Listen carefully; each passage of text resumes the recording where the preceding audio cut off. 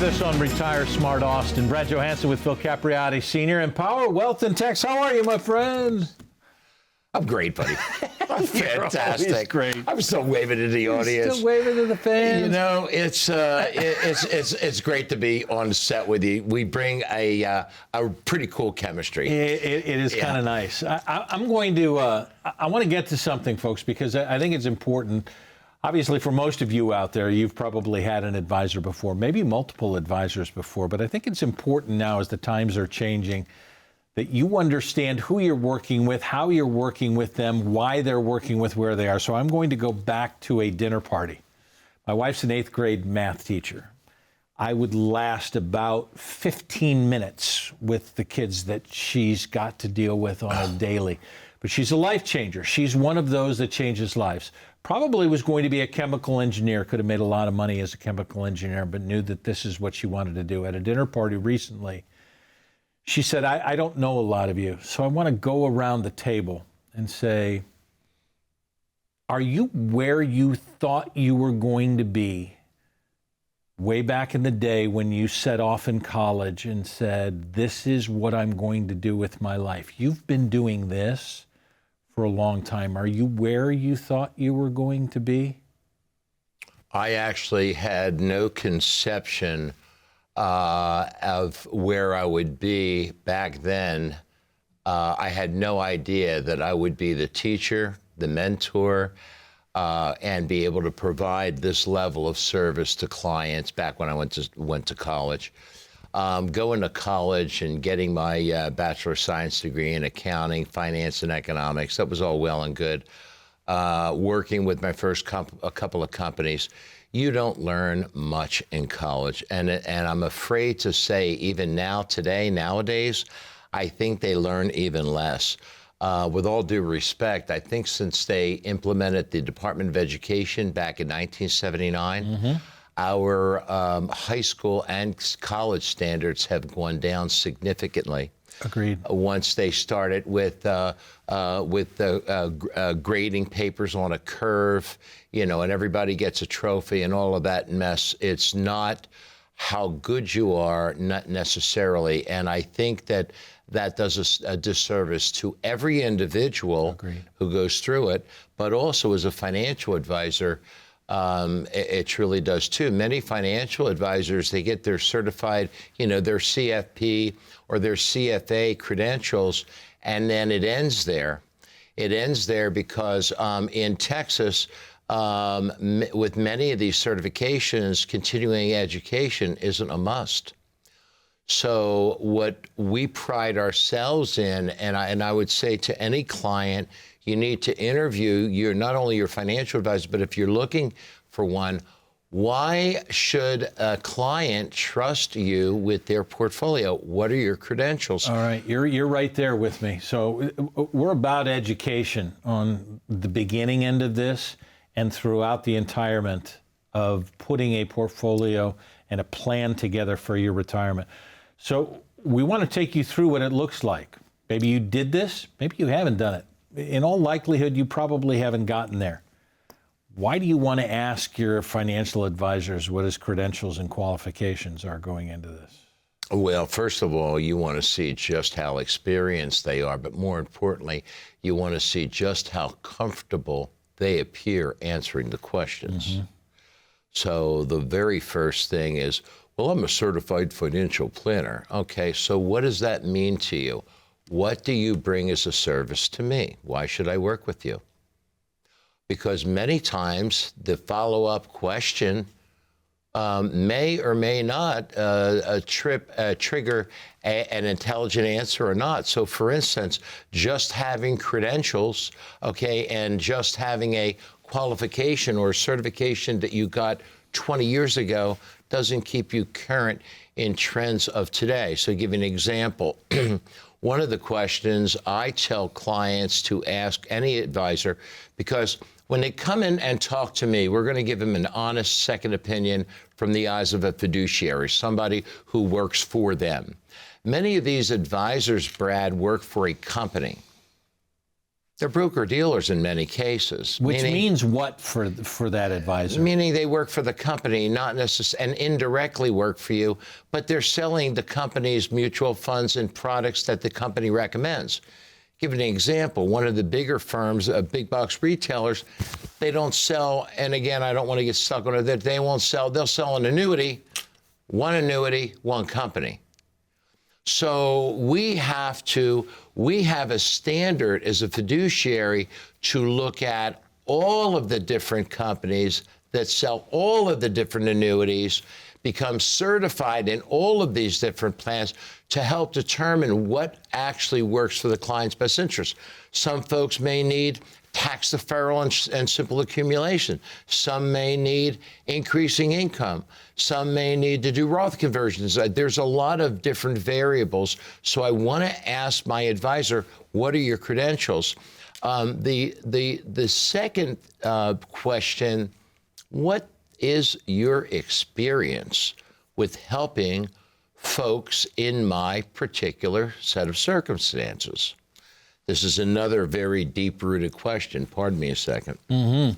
Obviously, as people are going through it, they're asking a question of someone that they believe to be in their best interest. And what you have said is not all of them are fiduciaries and not all of them are independent financial advisors. That's correct. And not only that, an individual might say, well, I've been in the business for 20 years, 25, 30 years. Okay, what else? How many financial plans have you actually executed for how many clients? So in our circumstance, we just had our 20-year anniversary. I'll forget prior 2005. Let's just go to current, 2005 through 2025. Well, we've executed over 7,000 different plans. Retirement income plans, Social Security maximization plans, tax plans. So you want to ask your advisor not just about your experience and your expertise, but how many? How many different scenarios have you been involved in where you had to do the homework, had to do the research? How many different types of people have you helped? These are the types of questions I not only welcome, but I tell clients they should ask anyone they're interviewing. Is it okay in interviewing a financial advisor to say, how do you get paid? That's one of the, it should be like number 3. Okay, how do you get paid? Yeah. And so your advisor should tell you whether they're being paid by you or by a company. And are they being paid commission? If so, what type of commission? Because many of these old mutual funds, they used to have these A shares, B shares, C shares. I'd have clients come in with mutual funds and they say, yeah, I have a ABC, a mutual fund. Oh, and it's an A share. Well, they think A is like, getting an A in class. Well, A, what that really meant was a front-end commission, a front-end load. B wasn't getting a B in class, it was a back-end load. Right. So many of these financial advisors that push these mutual funds back in the day, and even still nowadays, they haven't outlawed them. We're not allowed to sell them as a fiduciary. We're not allowed to earn a commission on an investment product. We can on an insurance product, that's commonplace, but we also have to indicate what commission we made, how much did we make it, how is the recommendation, this product that we're recommending, in the best interest of the client. Are you asking those questions? Have you been allowed to ask the questions? Have they even come up in your mind? Have you been too afraid to ask the questions? We're asking the questions and allowing you the transparency of understanding here's what you need to do because it's your money. Why wouldn't you hire somebody who's working for you? 888-818-6557. That's what Phil's been doing almost all his life to help you retire smart, Austin. But you have to do something. I know it's difficult. Pick up the phone, 888-818-6557, so that we can put together a complimentary retirement plan for you, an analysis of your portfolio, and tax analysis for free. What are you waiting for? Call now. More questions when we return.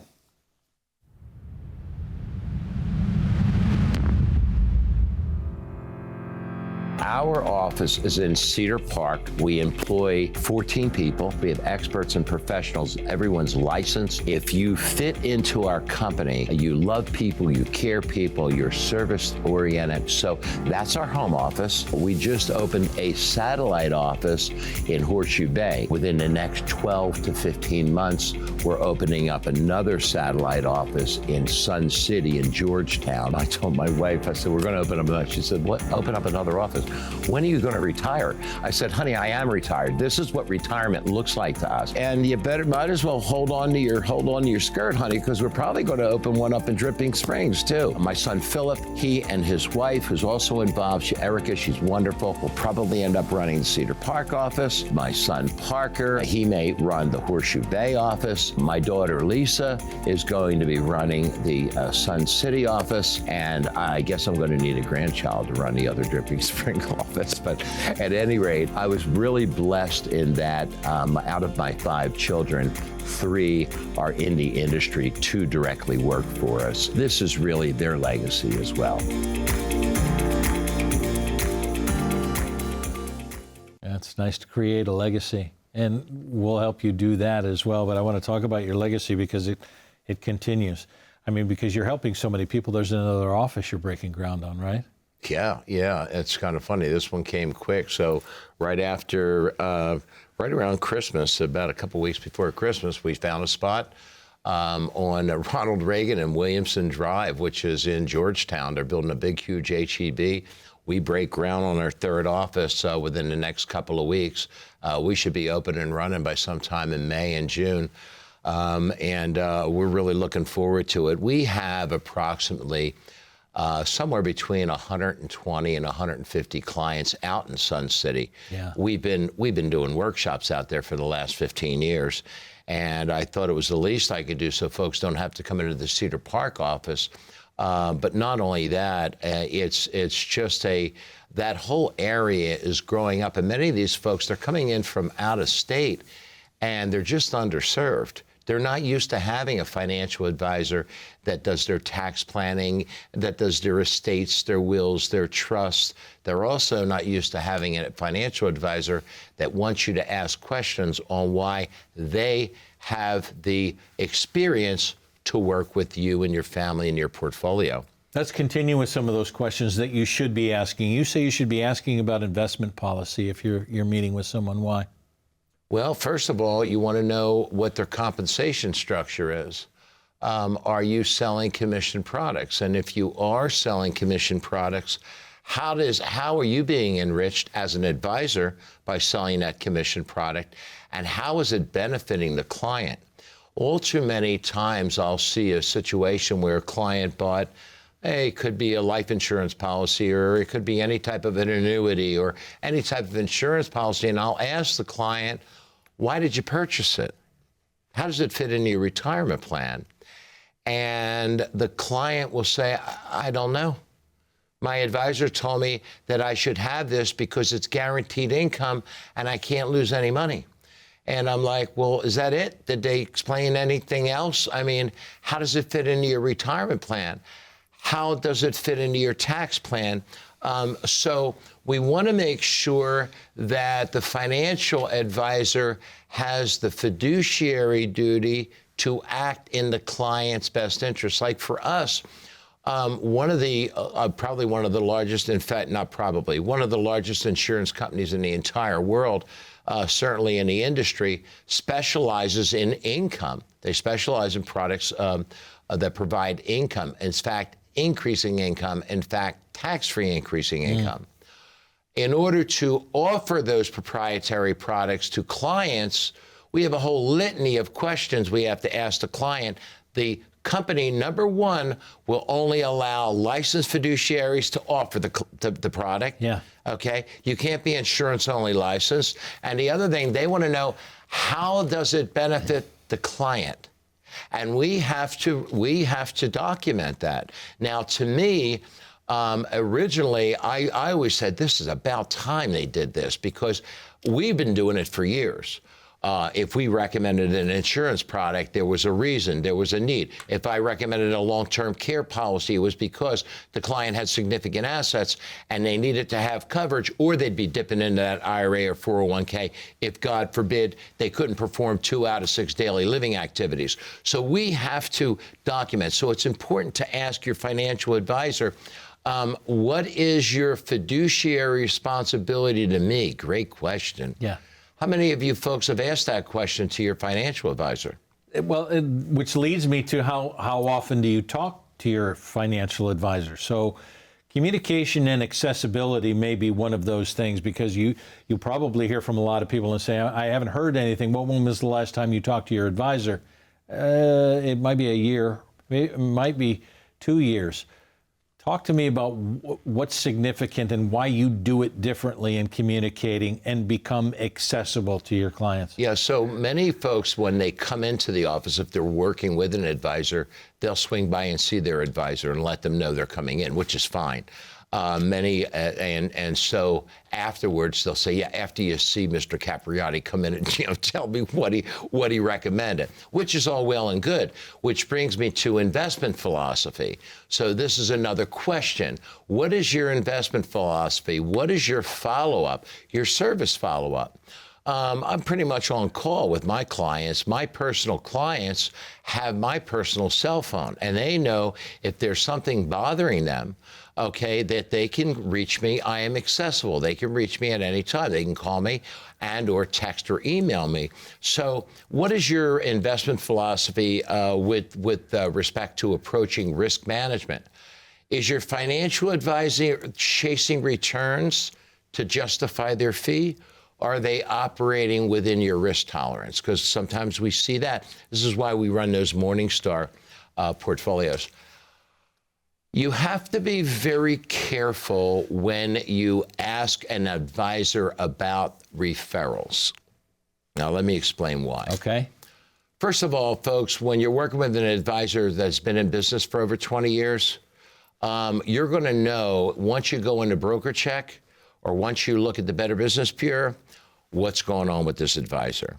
So if you see that an advisor has been in business for 20 years and has an A+ rating with the Better Business Bureau, or when you go to check the SEC or their FINRA registration, you see that they've been in business for X amount of years, have never had any complaints, have never had any fines, no sanctions, that type of thing, you have a real good idea that in all probability you're working with a great advisor, as long as they've worked with hundreds and hundreds of clients. Yeah. So you can be in business for 20 years.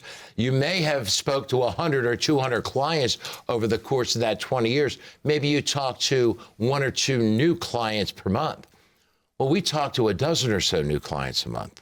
And we've been doing that for the last 20 years.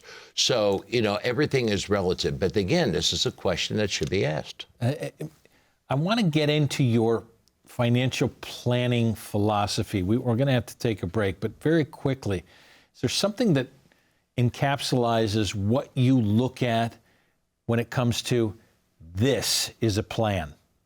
Yeah, so what I'm normally seeing when we structure that retirement income plan, as part of it, there's an RMD, required minimum distribution plan. This estimates what a client's RMDs are going to be. Now, if I see that their RMDs that's in their 70s and 80s do not coordinate with their goal retirement income, it's actually blowing up their income tax, I'll let them know you have a tax problem, not today, but this is going to be a tax problem as we go forward into the future. It's best for us to address it now and put together a tax-efficient plan to reduce these RMDs to a level that coordinates with your goal retirement income. Very few advisors even talk about it. Their first out is you need to talk with your CPA about it. And there's nothing that just brings so much gall to me than an advisor telling a client that they can't talk to them with respect to their retirement income plan and how their RMDs are going to potentially be a problem in retirement, not just for them and if they're married, but their surviving spouse at the death of one of the primary wage earner. Is your investment advisor talking to you about any of these things? Are these all brand new questions? It's what Phil does every day. What are you waiting for? Call now, 888-818-6557. The idea is to put together a plan just for you, right? And Empower Wealth and Tax does it for you, complimentary. Let's put together a portfolio analysis. Let's put together a tax analysis. Let's let you ask any question you want because it's your money. It's your retirement. Let's do it your way. 888-818-6557. More questions when we return.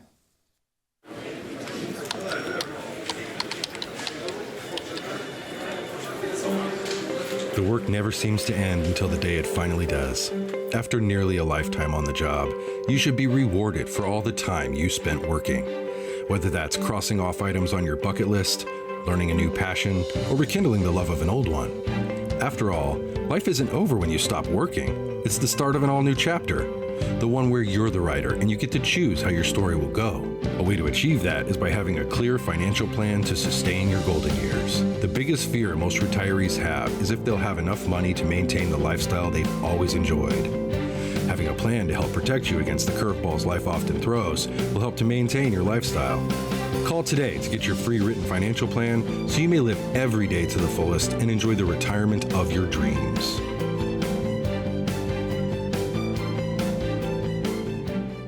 Oh, your time is so precious. We're so grateful that you spend a little bit of your time with us on Retire Smart Austin. We can't wait to see you in the office. Brad Johansson with Phil Capriotti. We're talking about what you should be asking and why you should be asking your advisor the questions that you need to ask because it's your money. You're trying to make money last into retirement. Performance metrics. Performance metrics. Let me speak it very specifically. Why do I have to ask an advisor about performance metrics? Well, first of all, you want your advisor to be helping you understand what is it that you're earning each month, what's the risk, and what are the fees, what is it costing.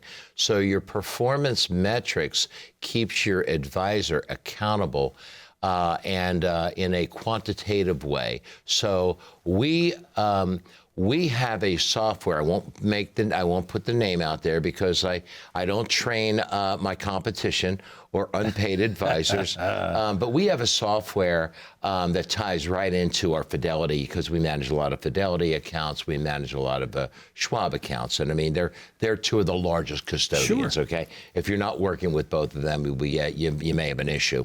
But at any rate, each day at the end of the market, your performance and metrics download into this proprietary software we have for clients.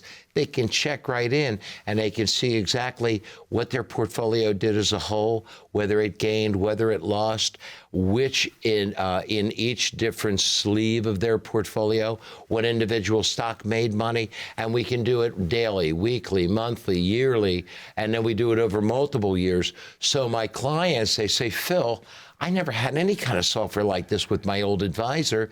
It's almost like you want us to look at your performance each and every day. And I tell them, yes, we do. The market's not always going to be up, but I want you to understand the value of the services we provide.